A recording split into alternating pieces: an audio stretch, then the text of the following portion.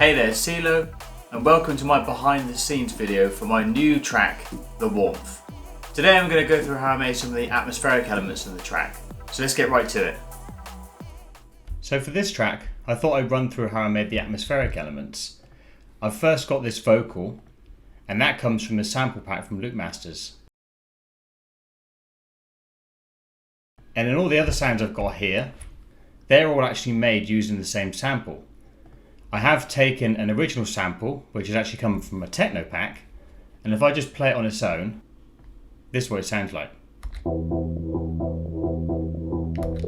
And so all I've done actually is I've just taken the sample, and then I've actually taken smaller parts of it and kind of copied it, and then just reversed some bits of it to make a new little rhythm here.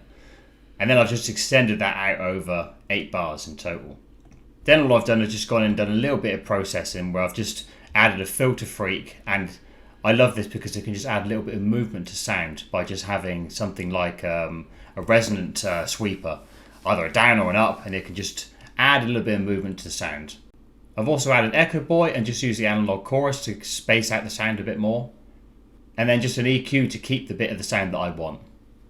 For the next track, I've then actually just bounced down a copy of this onto this track, and then I've actually just processed it completely differently. If I just play this one on its own, so you can hear what this one sounds like. Yeah, well, this track is all about just adding some space to the existing track that I had here. So I just added a delay, and then again used a filter freak. And as I wanted the sound to be a bit higher up in the frequency spectrum, I've actually used a different sweeper here. Then I've got this rack called a Drone Creator. So most of the sound on this track comes from this Drone Creator, and big up to Tom Hades and his techno tutorials that he's got on YouTube for inspiring this. I'm using the stock plugin, the Resonator in Ableton, which adds resonances at the various semitones that you decide over a root key, and this I've set to E on this track, which is the key of my track. Just to give you an idea of what it sounds like with and without.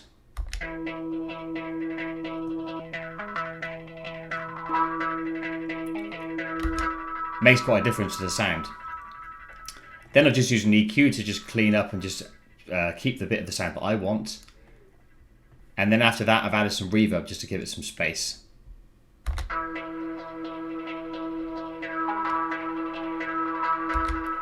And this is all about I'm just trying to blur this sound a bit more into the background.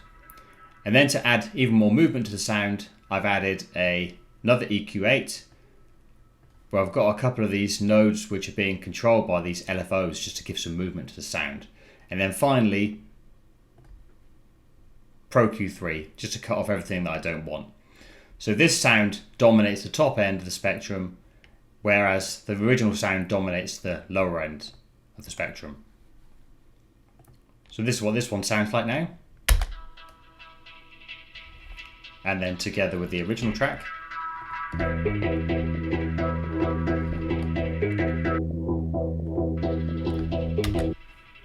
It's just all about adding some different layers but using the same sound and source material.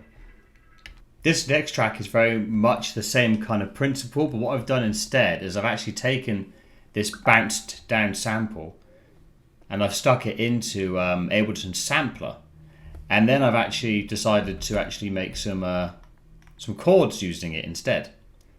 So now I've got some 7th chords based around E, which is the key of my track, as you can see here.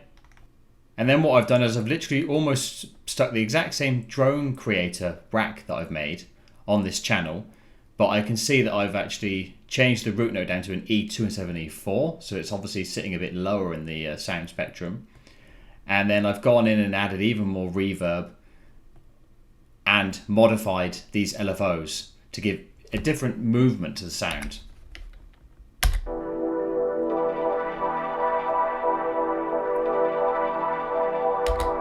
And that just creates this really luscious sounding pad. It's also important to note that on this channel here, I've actually set the root note down to E2. And I say that because I've basically copied this same track over to a brand new track just here. And instead what I've done is I've actually popped this up to an E3. So this is going to sit a little bit higher. And I've also moved this up to an E3. And this again is going to be another sound that sits a little bit higher. And these are more, I'm not going to call them necessarily plucky because it's still got a lot of reverb and so on, but they are more of a plucky higher sound that just adds another dimension to the sound or the track.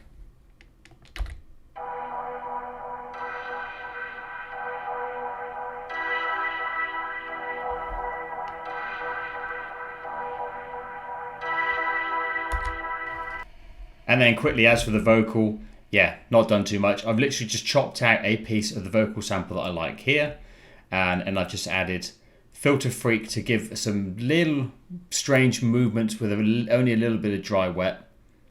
I've then got a little reverb and delay rack that I've just made up, very simple one. So I've got a little bit of delay, which I can see has been automated. And then I've also used Echo Boy to add some delay, and I can see that I've got this, the automation of this on the on-off on the plugin. This because I'm using a bit more delay on the intro of the track where this sample's playing right now. So yeah, here's all the atmospheric elements all together.